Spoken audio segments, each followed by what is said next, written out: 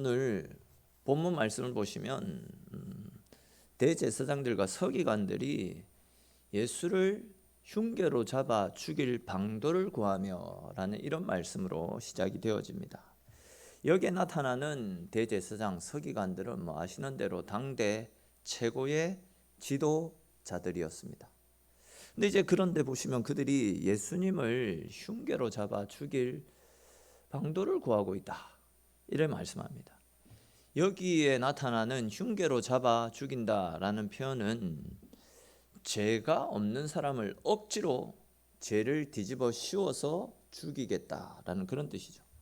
그렇다면 왜 당시의 지도자들이 죄가 없으신 예수님을 억지로 죄를 만들어 가면서까지, 억지로 죄를 뒤집어 씌우면서까지 예수를 죽이려고 하는 것이겠습니까?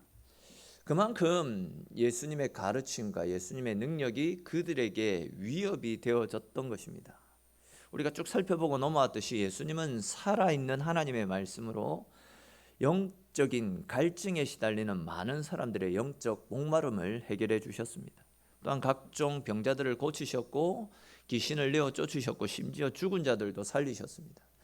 더군다나 이제 오늘 본문과 병행 구절인 요한복음 말씀을 근거로 해서 생각해 보면 예수님은 예루살렘에 올라가기 전에 죽었던 나사로를 살리신 일도 있었습니다. 근데 여러분, 이렇게 죽었던 사람이 다시 살아나는 이 일들이 큰 일입니까? 작은 일입니까? 보통 일이 아니잖아요. 그 소문이 베다니와 또 그 근처에 있던 예루살렘에 살고 있던 모든 사람들의 귀에도 다 들려갔던 겁니다. 그야말로 예수님의 인기가 하늘을 찌르고 있었습니다. 그런 예수님의 인기를 반영하듯이 예수님께서 예루살렘으로 입성하실 때 많은 사람들이 종려나무 가지를 흔들며 예수님을 환영하고 예수님을 맞아주지 않았습니까? 그렇게 이제 예수님께서 예루살렘에 올라가셔서 성전에 들어가셨습니다. 그리고 이제 당시 종교 지도자들에 의해서 온갖 불법이 일어나고 강도의 소굴로 변질되어 있던 그 성전을 정화시키시고 종교 지도자들을 그 성전에서 내어 쫓지 않았습니까? 이 일을 분이 여겼던 이 종교 지도자들은요, 온갖 방법을 다 동원해서 예수님을 공격해 왔지만 그때마다 예수님으로부터 책망을 들었고, 또한 그동안 그들이 종교 지도자라는 이름으로 백성들 위에 군림하고 자신들의 배를 채워나갔던 그들의 죄와 그들의 더러운 모습들이 온 천하에 드러나게 되지 않았습니까? 이에 그들은 어떻게 해서든지 예수님을 죽이려고 흉계를 꾸미고 있었던 겁니다. 근데 이제 우리 읽지는 않았지만 10절 말씀 보십시오. 14장 10절에 보시면 당시 종교 지도자들이 예수님을 잡아서 죽이기 위해서 흉계를 꾸미는 장면이 나타납니다. 그들이 꾸몄던 흉계가 무엇입니까? 수많은 사람들이 예수님을 믿고 추종하고 따르니까 사람들이 많이 있는 곳에서 예수님을 잡게 되면 예수님을 따르는 많은 백성들에 의해서 자기들이 큰 har을 당하게 될까 봐, 그것이 두렵기 때문에 10절에 기록된 말씀처럼 예수님의 제자들 중에 하나였던 가룟 유다를 매수합니다.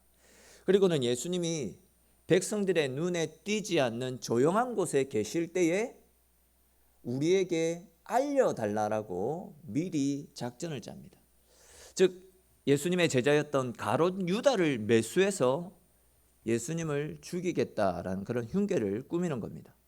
다시 말해서 이제 당시 종교 지도자들이 예수님을 죽이기 위해서 자기들끼리 모의를 합니다. 그런 다음에 이제 곧바로 가룟 유다를 매수합니다. 모의를 하고 가룟 유다를 매수하고, 이런 일련의 가정들은 같은 문맥 속에서 하나의 스토리를 이룹니다. 연결되어지는 이야기입니다. 근데 이제 오늘 본문에 보시면 이런 연결되어지는 스토리 중간에 그냥 요즘 아이들 표현으로 갑툭튀라고 하죠. 갑자기 툭 튀어나오는 것과 같은 그런 사건이 하나 삽입되어져 있습니다. 이걸 이제 샌드위치 구조라고 하는데 중간에 이 이야기가 포함되어 있습니다. 그 사건은 한 여인이 예수님의 머리 위에 향유를 붓는 사건입니다. 실제로 이제 이 사건은 예수님께서 예루살렘에 올라오시기 전에 베다니에 머무시는 사이에 일어났던 사건입니다. 전에 한번 제가 말씀드렸듯이 우리 교회에서 홈플러스까지가 거리가 대충 한 2.6km인데 베다니와 예루살렘과의 거리도 한 2.6km 짧은 거리입니다. 예수님이 예루살렘에 올라오시기 전에 있었던 사건입니다. 이 사건은. 그리고 이제 누가복음과 요한복음에서는 이 사건을 분리해서 기록을 하고 있는데 왜 마가복음에서는 이 사건을 문장의 흐름을 사건의 흐름을 끊어버리면서까지 여기에 이 사건을 집어넣은 것이겠습니까? 분명한 어떤 의도가 있기 때문에 이런 방법들을 사용한 것입니다. 그 이유를 잠시 말씀드리면 앞에서도 말씀드렸듯이 예수님은요 수많은 사람들의 환영과 존경을 받으면서 예루살렘에 입성하셨습니다. 종교 지도자들이 예수님을 제거해야 되겠다라고 흉계를 꾸밀 정도로 예수님은요 당시에 엄청난 바람을 일으키셨던 당대 최고의 슈퍼스타였습니다. 그런데 이제 그런 예수님의 인기에 비해서 예수님은 너무나도 비참하고 처참한 죽음을 맞지 않습니까? 가룟 유다의 배신과 제자들의 외면과 또한 지금은 이렇게 열강을 하며 예수님을 따라다녔던 군중들이 나중에는 예수님께 돌을 던지고 그를 죽여야 된다라고 성난 폭군으로 변해서 예수님을 저격해 들어오지 않습니까? 다시 말해서 예수님의 인기에 비해서 그분이 당하셨던 그 죽음, 그러니까 그분이 잡히시고 또 죽으시고 했던 그 모든 과정들은 인기에 비해서 너무나도 처참했다라고 말씀드릴 수 있습니다. 이러한 예수님의 죽으심에 대해서 사람들은요 동정을 표하고 또 안타까움을 드러낼지 모르겠습니다. 근데 이제 오늘 본문에 기록된 말씀들을 우리가 쭉 살펴보면 예수님의 죽으심은 결코 외롭고 처절한 죽음이 아니라 하나님의 계획하심과 하나님의 뜻하심 속에서 이루어졌고 또 하나님께서 기뻐 받으셨던 향기 나는 거룩한 제사로 드려졌다라는 사실을 오늘 말씀을 통해서 우리가 알 수 있게 됩니다. 즉 예수님의 죽으심은 사람들의 외면과 멸시 속에서 일어난 것이 아니라 죄인된 우리를 살리기 위한 하나님의 철저한 계획 속에서 일어난 영광스러운 죽으심이다라는 사실을 우리에게 가르쳐 주시기 위해서 마가는 이 사건 중간에 이 향유 사건을 집어넣었던 것입니다. 오늘 본문은 이제 이런 관점에서 말씀을 살펴보려고 합니다. 앞에서 우리가 살펴본 것처럼 당시의 종교 지도자들이 예수님 때문에 자기들의 완악함이 드러나고 자기들의 입지가 흔들리자 예수님을 죽이기 위해서 작당을 하지 않았습니까? 자, 그런데 여러분 2절 말씀을 보십시오. 2절에 보시면 그들이 말하기를 밀란이 날까 하노니 명절에는 하지 말자라고, 그러니까 예수님을 잡아야 되는데 명절 때 그 일을 하면 사고가 터질 수 있으니까 명절은 피하자라고 자기들끼리 작당을 한 겁니다. 근데 이제 여기에서 말씀하고 있는 명절은 유월절을 가리키죠. 그리고 아시는 것처럼 이스라엘의 모든 남자들은 3대 절기가 되면 반드시 하나님 앞으로 와서 예배를 드려야 된다라고 율법에 규정하고 있습니다. 그리고 이제 그 명절들 가운데서도 유월절, 이 명절이 이스라엘 민족들에게 있어서는 가장 크고 가장 중요한 명절이었기 때문에 다른 그 어떤 날보다도 이 무렵에 더 많은 사람들이 예루살렘으로 몰려오게 됩니다. 근데 이제 중요한 것은 당시 예루살렘뿐만이 아니라 이스라엘 전역에 예수님에 대한 소문이 쫙 퍼져 있었고 수많은 사람들이 예수님을 그들을 구원할 의로운 사람이라고 생각하고 있었습니다. 또 이제 수많은 사람들은 예수님이 로마로부터 이스라엘의 정치적 독립을 이루어낼 먼 옛날 마카비와 같은 위대한 장군 정도로 생각을 했었다. 그때 마가복음 11장 말씀을 살필 때 언급을 했던 부분입니다. 그런 예수님을 유월절에 죽이면 예수님을 믿고 따르는 전국에서 몰려든 수많은 군중들이 들고 일어나서 오히려 자기네들을 공격해 올 것이 불을 보듯 뻔한 상황입니다. 그런 이유로 그들은 예수님이 홀로 있을 때 사람들의 시선을 피해서 예수님을 사로잡아 가두어 두었다가 이제 명절이 끝나면, 그래서 사람들의 관심이 예수님에게서 점점 멀어지면 그때 예수님을 죽이려고 사전 모의를 다 했던 겁니다. 당시 예수님을 죽이기 위해서 종교 지도자들이 얼마나 치밀하게 계획을 세웠는지 알 수 있습니다. 자, 그런데 이제 지금 이 사건이 중요합니다. 이 부분이 중요한 건데, 그것이 무엇이냐면 그들은 분명히 명절에는 예수님을 죽이지 말자 이렇게 작당을 하지 않습니까? 그들끼리 명절은 피하자라고 다 사전 모의를 다 했습니다. 근데 여러분, 예수님이 언제 죽으셨습니까? 예수님이 죽으신 날이 언제였습니까?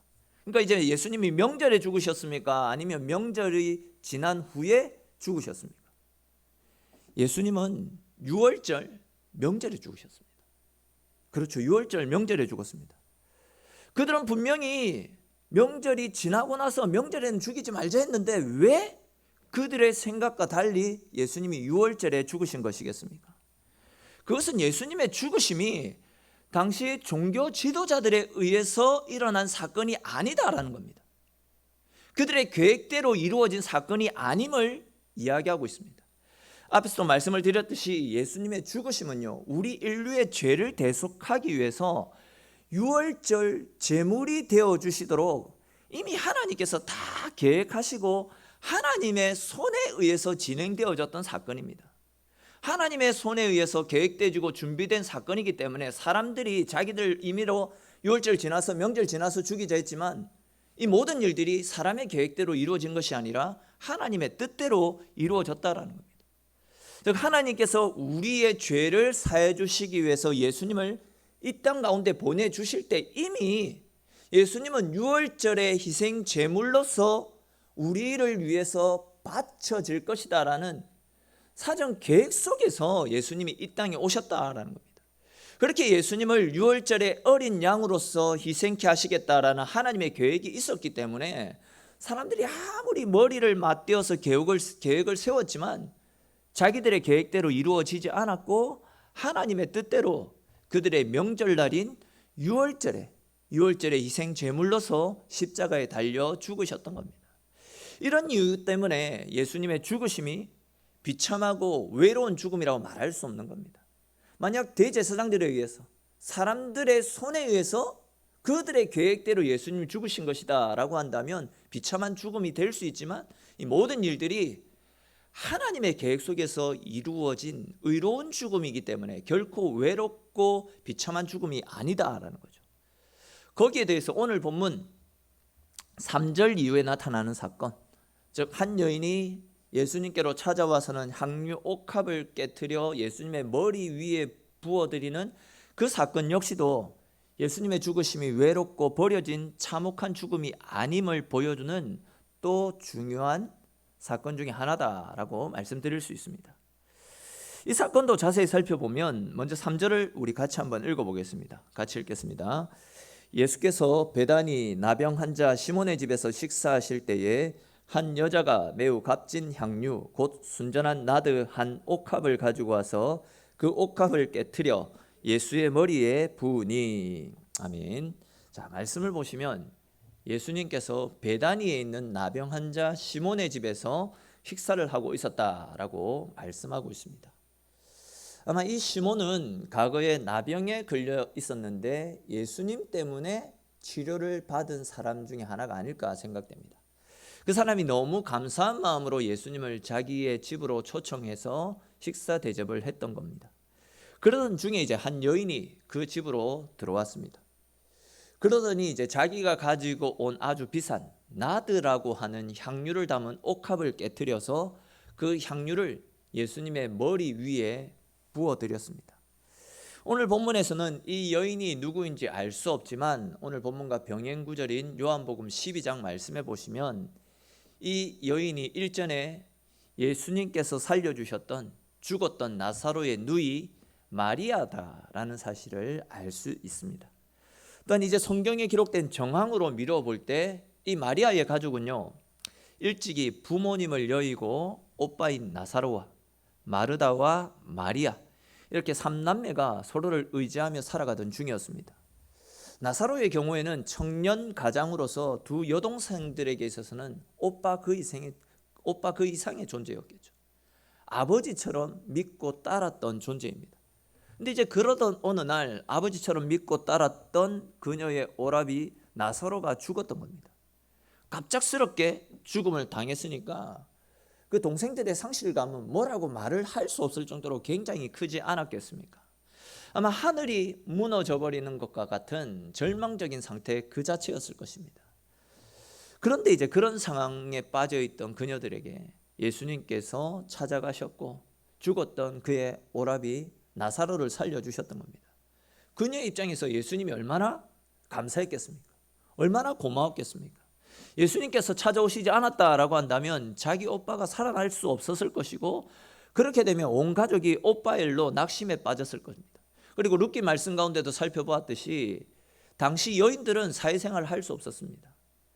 그러면 이제 이들은 거의 이제 굶어 죽어야 될 것을 걱정하는 그런 상황입니다. 그런데 예수님이 찾아오셔서 나사로를 살려주심을 통하여서 모든 절망적인 상황들이 감사와 감격이 넘치는 은혜의 상황들로 바뀌게 되었으니까 이 여인 마리아의 입장에서는 예수님이 얼마나 고마웠겠습니까?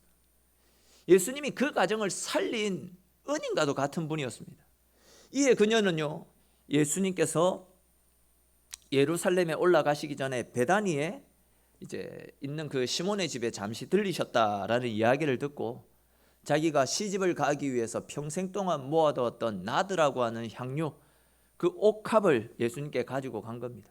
그리고 그것을 깨트려 예수님의 머리 위에 다 부어드렸던 겁니다. 여기에 나타나는 이 나드 향유는 이스라엘에서 나지 않고 그냥 인도에서 전량 다 수입을 해오는 것입니다. 그러다 보니까 굉장히 비쌉니다. 또한 이제 순전하다라는 표현으로 미뤄봐서, 그러니까 100% 원액을 가공한 것이다, 원액이었다라는 것도 알 수 있습니다. 아마 이 비싼 향유는 마리아가 자신의 미래를 위해서 혼수로 준비해 놓은 재산 목록 1호였을 것입니다.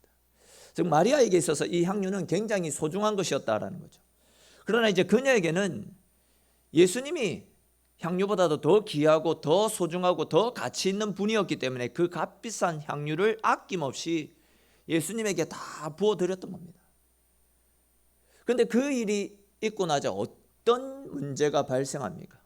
이 모습을 옆에서 지켜보고 있었던 사람들이 너무 아까우니까 왜 이 비싼 것을 이렇게 낭비하느냐, 이것을 팔아서 가난한 사람들에게 나누어 주면 훨씬 좋을 텐데 왜 이 쓸데없는 짓을 하느냐라며 이 여인을 책망하지 않습니까? 그러자 이제 예수님께서 무엇이라고 말씀하십니까? 가만히 두어라. 너희가 어찌하여 이 여인을 괴롭게 하느냐? 이 여인은 나에게 좋은 일을 행하였다라고 말씀합니다. 그리고 나서 하시는 말씀이 무엇이냐면 우리 8절에 기록된 말씀도 같이 읽어보겠습니다. 같이 읽겠습니다.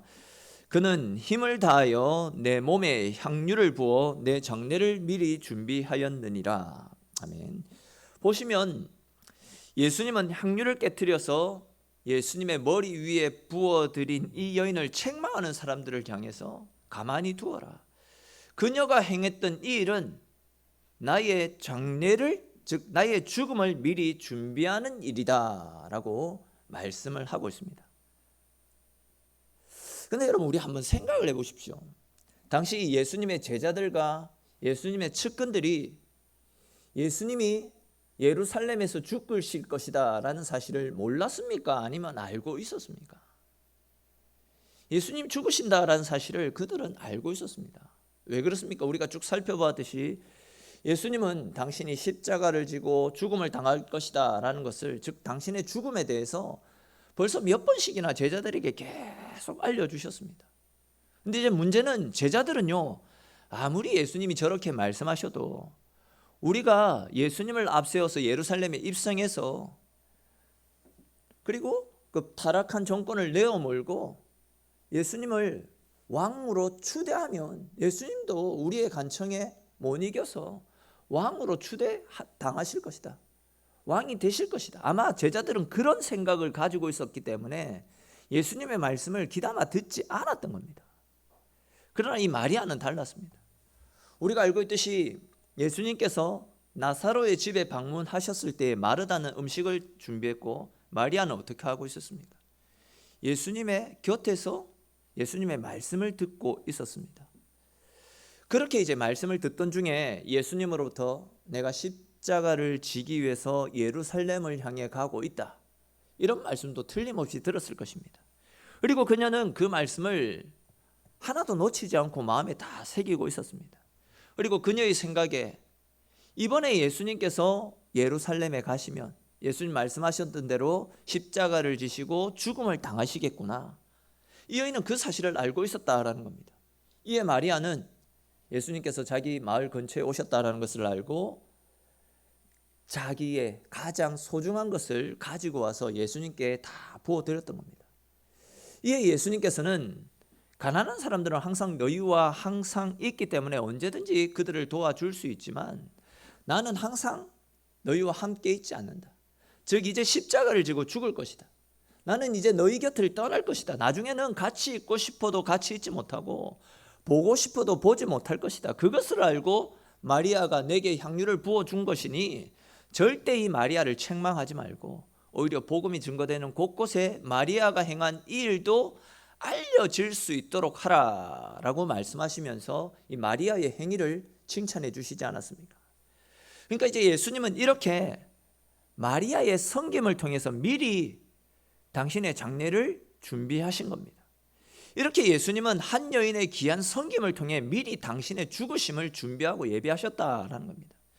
그런 측면에서 볼 때에 이 예수님의 십자가의 죽음은 절대 외롭고 처절한 죽음이 아니다라는 거죠.